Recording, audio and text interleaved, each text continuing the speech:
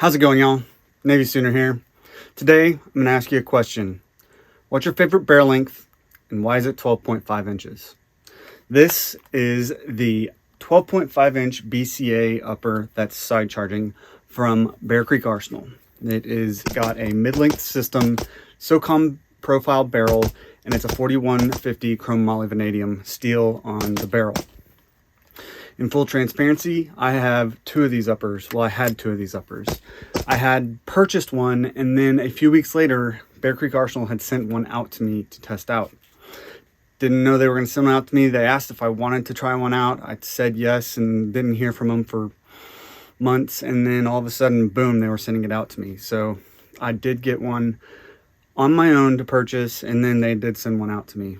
I tested both of them out in case they had sent the one out to me was handpicked. So I did test both of them out. I have since sold the one that I purchased and still playing with this upper receiver. The configurations that I had in both of the upper receivers is red dot magnifier. I also had an LPVO on one, and then I had a 3-time prism scope on one. I also did 4-16 on one of them to do testing for accuracy. The barrel, like I stated, is 12.5 inches mid-length gas system, and it's got a SOCOM profile. It's got a 1-in-7 twist. I tested it on my SBR lower and then also another pistol. And this is the same lower that I use for my other 12.5 that has my Tri-Arc 12.5 inch barrel in. About the barrel, about the upper receiver, it was a little punchy for a mid-length gas system. But then I changed the muzzle device on it. On this one, they have a weird kind of muzzle device. I don't have it here actually, but they have a weird muzzle device that they put on their stuff. Then I changed out to this kind of brake. It's not really a flash hider, it's more of a brake. And I went with an H2 buffer in the back of this, and it really tamed the recoil impulse that way. The accuracy that I got from not this one, not the one that they gave me. I tested out the one that I purchased. The accuracy that I got out of my hand loads that are like Mark 262 mock-up loads that I made, I got about 1.288 inches. With Fiocchi 77 grains, I actually got 0.843 inches group. And then with SIG 223, 77 grains was the worst. I got 1.907 inches. And then Frontier, Frontier 75 grains, I got 1.610 inches. Both, I didn't test the accuracy on this one, but both were pretty much printing about the same, no matter what I shot out of it and how I shot them. So that's about it for the accuracy. Both of them were pretty accurate, if you ask me, for what they say is so bad about Bear Creek Arsenal. The handguard is kind of their typical handguard that they have. This is an 11.5 inch length handguard. It's got M-lock all the way around. It does not have Picatinny on the top here. I prefer Picatinny down the whole rail. It's just my preference, but they don't have it there. I guess weight savings and no understanding of why they don't put pick down the rail there. So I think they really need to probably start putting Picatinny on the top. That way you can start putting, I had to move my pressure pad for my light to the side here, and I would prefer it to be on top. One thing that I did have a problem with, which actually you hear from multiple different channels, is the screws on my handguard came loose and the handguard became loose. I caught it before any of them fell out and had any malfunctions with the handguard or anything like that, which you shouldn't have any malfunctions with the handguard coming off unless it goes over the barrel and you actually strike it while you're shooting, and if that's the case, then you're really messing up. But I mean, I caught it and then I tightened down the screws and I Loctited them and everything was fine since then. So I mean, that's kind of the only problem that I had with this firearm. Actually, that is the only problem I had with this firearm, was the screws walking out and becoming loose. Now, it's not a problem, but one of the things I want to discuss about this handguard also is it gets really hot whenever you're doing large strings of fire, when you're out practicing, when you're out doing drills and stuff like that. It gets really warm, so you probably want to wear a glove if you're doing lots of shooting with this. The bolt carrier group is side charging. I mean, you can do the whole reach under or reach over, like if you had an AK or whatever like you wanted, and it's actually quite advantageous for lefties here. So you can charge with your offhand when you're shooting as a lefty, so that would be kind of a nice thing.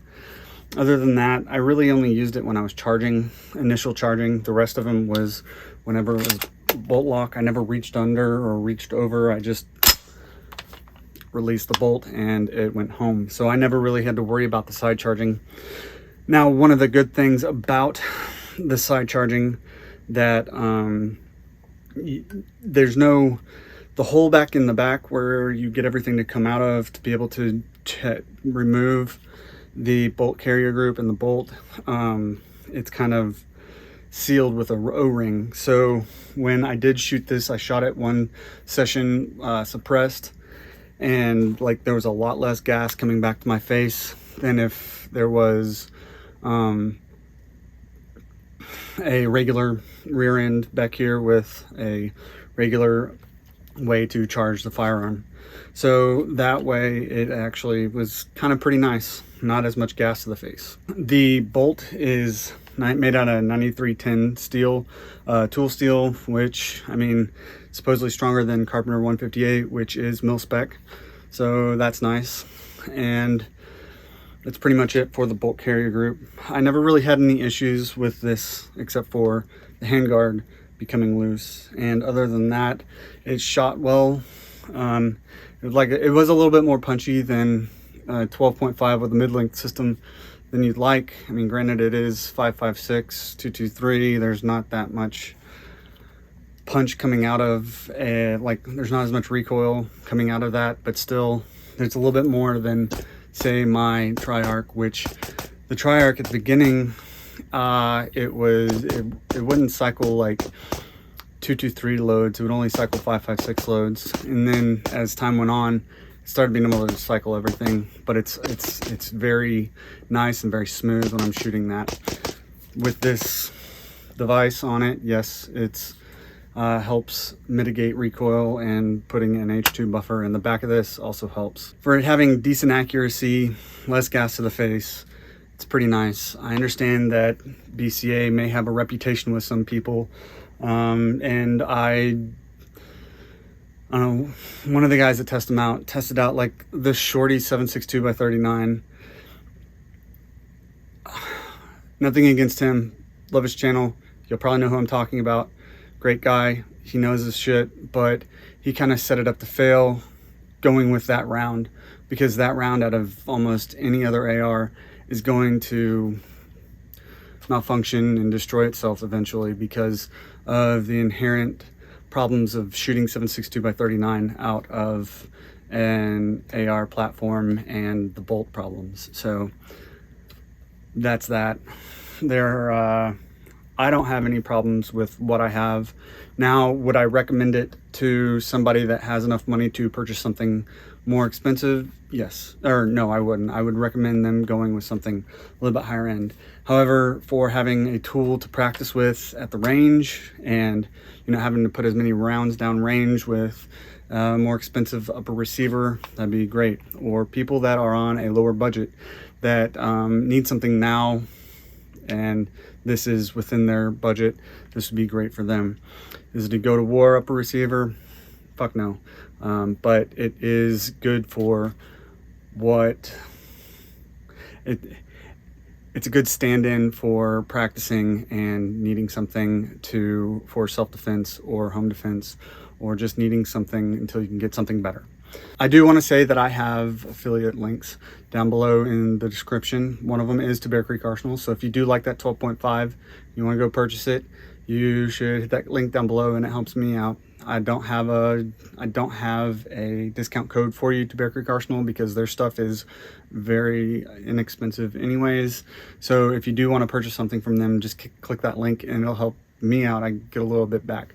Now, if you want to call me a shill for having those whatever, but this is expensive and it's a way to make money to help the channel out, to be able to bring you more free content. So Bear Creek Arsenal is one of them. Optics Planet, I have Palmetto State Armory, Monstrum Tactical. There are more to come. So like I said, go get those links down below. Well, that's it. Hit the like, share, and subscribe. Do all that thing. Navysooner out.